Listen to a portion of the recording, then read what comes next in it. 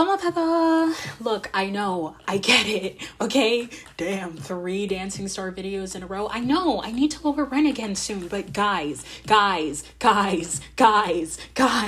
okay? I can't afford to wait. Real quick before we start, while my last 2 videos were for everybody, this video is specifically for those who have watched the show. I'm serious, I'm gonna jump into spoilers as soon as this warning is over, and they're major. So if you had no idea what I was talking about before clicking on this video, click off of this video.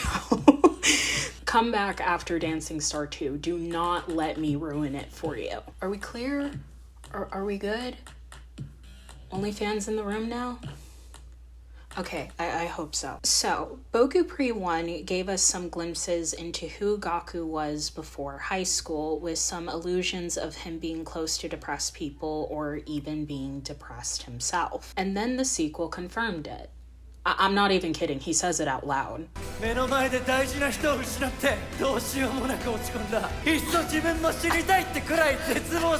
And while this past seems to be well behind him, the concept of someone like him going through that much pain was astonishing, especially in a franchise like Precure.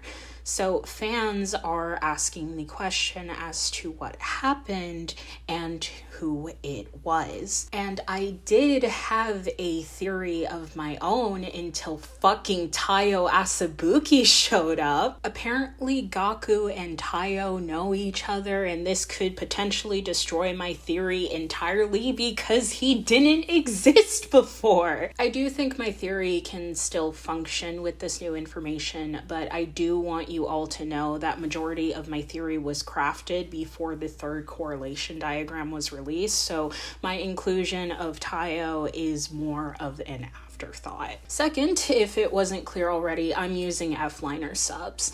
Now, F-Liner has stated that this is their first time doing fan subs, they aren't a native speaker, and that the subs may have mistakes in them. But I'm low on time, and the subs still get the point across, so I'm using them. Thank you, F-Liner, for your work so I can make dumb things like this. Is this dumb? I don't know. I noticed a pattern with my Precure predictions that when I'm right, it's for the wrong reasons. So we'll see next month, because it literally goes live next month. Anyway, I have heard a lot as to what exactly happened, which is fair considering it's not exactly clear. But I think regardless of the conclusions drawn, 2 things are certain. 1, this person is dead. Not even metaphorically, this person is actually dead. Someone changing as a person, positive or negative, usually isn't enough to make someone suicidal. But also, the way Gaku worded this reveal heavily suggests that who he's talking about is dead. So I'm not going to humor it being a metaphor because chances of that being true are extremely low. Second, it is not a parent, and that's because Koga's mom is already dead.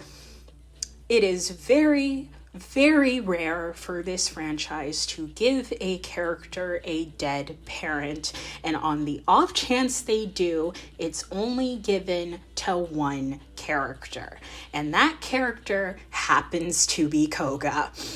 And sure, they can change this and even play with it at any time, but this is Precure, not Teen Titans. A dead parent is off the table. I do think, however, it is someone close to Gaku and exclusively Gaku. The event Gaku is referring to doesn't seem to be affecting Hayato, even though he is very clearly aware of what happened. Notice how in the epilogue, when the Otagiris asked about it, he went silent when Gaku entered the room. In fact, nobody referenced this event until after Gaku brought it up. This is something that affects him exclusively, which is why I don't think it's anyone Hayato knows too well. And since the 2 are childhood friends, a relative is most likely. Now, the question of who can be further answered if we knew exactly what happened. It is currently hard to say, as the show never stated what did, but there is actually a lot the show is giving away through how the cast handles Koga's situation. Most notably, Maido, Hayato, and Gaku, as none of them knew about Koga's situation prior to the sequel. All of them handle it differently, and distinguishing them is important. Maido shows open concern, actively asking questions about the situation and getting angry on Koga's behalf. Contrast this to Hayato, who never inquired about it and was willing to change the subject when he had the opportunity to learn. Now, Maido doesn't have the best history with friendships, while Hayato has been shown to have a pretty healthy amount of friendships. Both of their actions, I would say, are normal, but Hayato's becomes very important when you remember that he is Gaku's childhood friend. More on that in a moment. Gaku handles this situation differently as well. He wants to know what happened, but he never asks. He falls silent when Koga explains in the beginning of the show. And while Maido and Hayato express anger towards Soichiro, Gaku is the one who pieces together what's going on with the family and recognizes that it's not as simple as everyone is making it out to be. It isn't until the start of the final act that Gaku snaps. It is a fit of anger I don't think he's ever expressed in the show before, and one that stuns Hayato. In fact, Hayato barely does anything to stop Gaku from expressing his anger and doesn't speak until Gaku goes quiet. Even then, he doesn't talk to him, he just gestures. And there is a moment within Gaku's rage that I think shows exactly what happened in his past.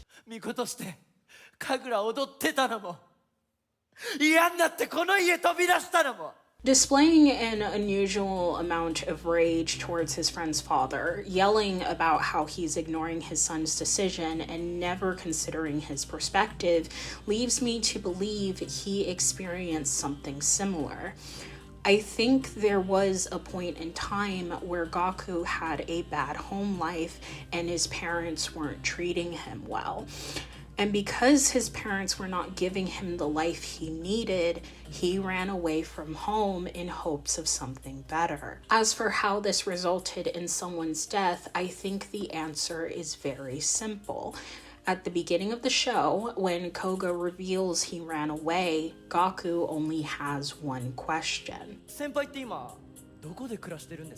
And the fact that this was Gaku's main concern tells me that he didn't have a solid plan when he left. And that resulted in this person's death. Of course, Gaku's life ended up improving, but only after they died, which explains why he was so depressed. And all of this could be a stretch. I am aware, but please humor me, think for a moment. How is it that Gaku came out of depression after he watched Hayato dance in middle school? Why was it middle school?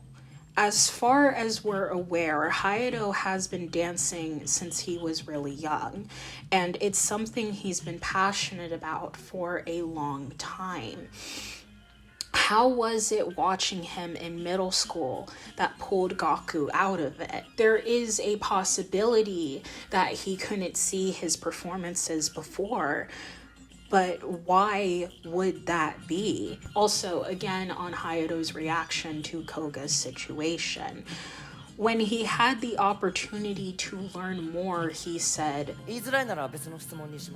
for him, it's not about if he wants to know, it's about if he should. And he thinks he shouldn't. But why would Hayato think this way? From what the show gives us, we can infer that he actually comes from a very loving family, if not potentially giving him a little pressure. So why did he refuse to satisfy his curiosity with the Tengen family? And I know this slightly contradicts his actions in the epilogue, but we see in the epilogue that he still has time to tell the twins what happened. He just chooses not to. I actually think he would have told them this even if Gaku didn't interrupt, because they were in public and they asked him a very personal question. Like, Christ, guys, now is not the time. That only leaves the question as to who the hell is Taiyo Asabuki. Keeping my theory in mind, the best guess I have is that he's someone who tried to help Gaku, but couldn't provide the help that Gaku needed. The death of this person led to the two being separated for several years. And because there only seems to be a historical relationship between these two, there is a chance that they are relatives. But that's also a bit of a stretch. I mean, they could be exes. That's a joke. There is also a possibility of the events I described applying to Taiyo instead of Gaku, but Gaku's frustration in relation to everything that occurs in the sequel tells me that it's too close to home for it to be someone else's story. Now, I think Gaku's lost loved one is someone younger, due to the fact that despite them going into the same high school, Hayato is the only one who's been shown to know what happened, making the likeliness of it being someone older low. There is also Gaku's childlike nature, watching Sunday morning shows, playing pillow fights, his desire to have fun, to act young, and to be viewed as a hero. Now, of course, this could very much be Gaku attempting to regain a childhood lost to depression, but this could also emphasize the death of someone younger, regaining youth after it died. Now, I'm about to enter headcanon territory, so if you haven't been taking my words with a grain of salt before, definitely do that now. It is of my personal belief that Gaku lost a younger sister, for literally the worst reason ever. In several interviews with Shogo Tamada, the actor, not the writer, the actor who plays Gaku, he has stated that he used to watch Precure with his younger sister.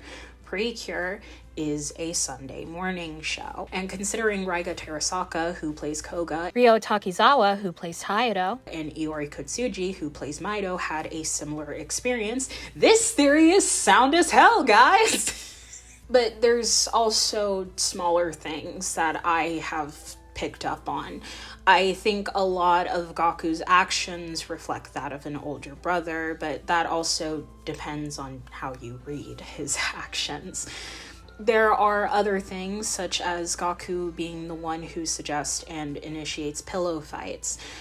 Now, I live in the US, but as far as I'm aware, that activity is more common with girls. Boys do like it too, but it's not as common. Gaku also has been shown to really like the color pink, which is more popular among girls, and from what I could find is historically associated with femininity in Japan. The last thing I find really interesting is in the official Halloween photo of the boys, we see that Gaku is dressed up as Little Red Riding Hood. And I need to make it clear that that is not a thing in Precure.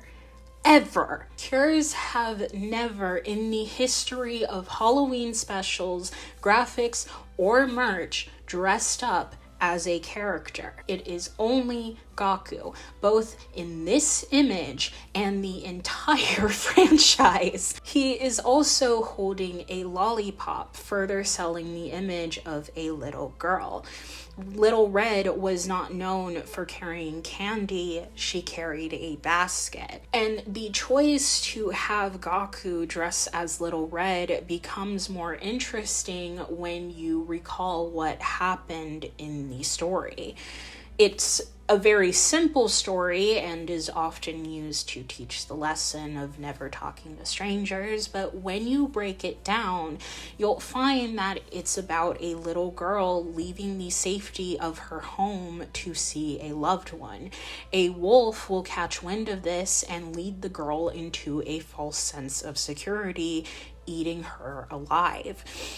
Of course, in most versions of Little Red, she gets saved, but that still didn't change what happened to her. It's also interesting that Gaku is dressed as a character that, from what I can understand, is more popular among girls. And I understand that this isn't completely sound. We don't know how canon the holiday photos are, and even if it was 100% canon, there is the issue of the other costumes.